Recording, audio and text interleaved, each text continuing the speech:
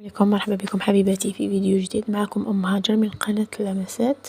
اليوم حبيت نشارك معكم هذا الجاتو، يعني صابلي بحلوة الترك والكاوكاو.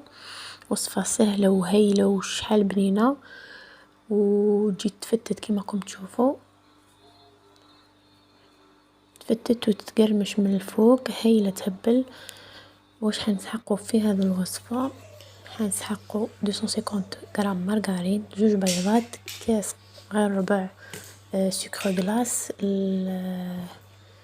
كاس مايزينا، و 100 غرام حلوة الترك، 100 غرام كاوكاو مرحي.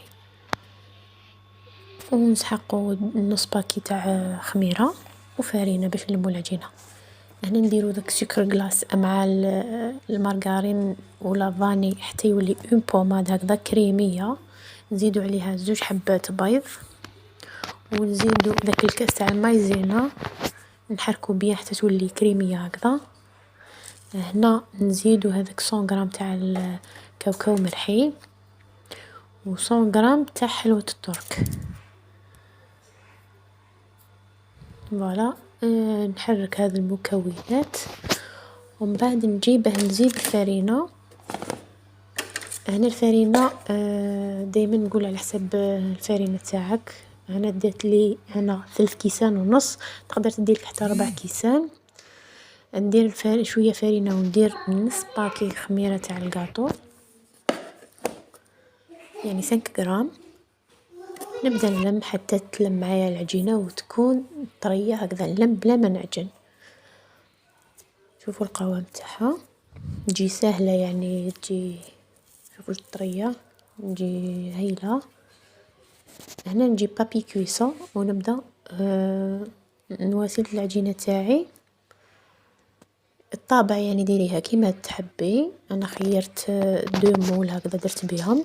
ندير هنايا بلاستيك غذائي باش من العجينه زعما ما توساليش من الفوق. نديرها ما نديرها رقيقه، ما نديرها خشينه. انا خيرت هذا لو غران موديل. هذا تقدري ديري صغيره، انا حبيت ندير الكبير. فوالا، ندخلها للفرن، ودرت هذا الحبات ثاني، هذا الكاري سامبل. ندخلها الفرن يكون سخون من قبل على درجة حرارة 180. شوفوا كيفاش طيب، ميم لا كولور تاعها كي تقعد طيب تجي تشمي الريحة تاعها هايلة. هذيك حلوة الترك تعطيها بنة.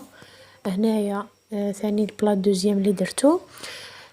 كي نجي نلصقهم، هذو الكاريات يعني المربعات درتهم بشوكولا اتارتيني، وهذوك اللي جايين دويرات هكذا درتهم بالكونفيتور تاع مشماش ولا اي كونفيتور عندك، يعني ما يهمش.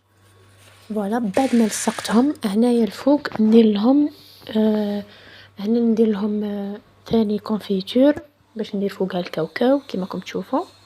وهذيك تاع الشوكولا نلصقهم بالشوكولا اتارتيني، وندير على الاطراف، وندير الكاوكاو في هذاك الطرف. يعني هذا الشوكولا درتها على جال زعما اللي عندك ذراري في الدار، ولا كل واحد ديري له واش يحب ياكل. ان شاء الله الوصفه تاع اليوم تعجبكم، تجي بنينه وهايله. الى عجبتكم الوصفه ديروا لي جيم وابونيو في القناه، حتى نتلاقاو في فيديو اخر ان شاء الله.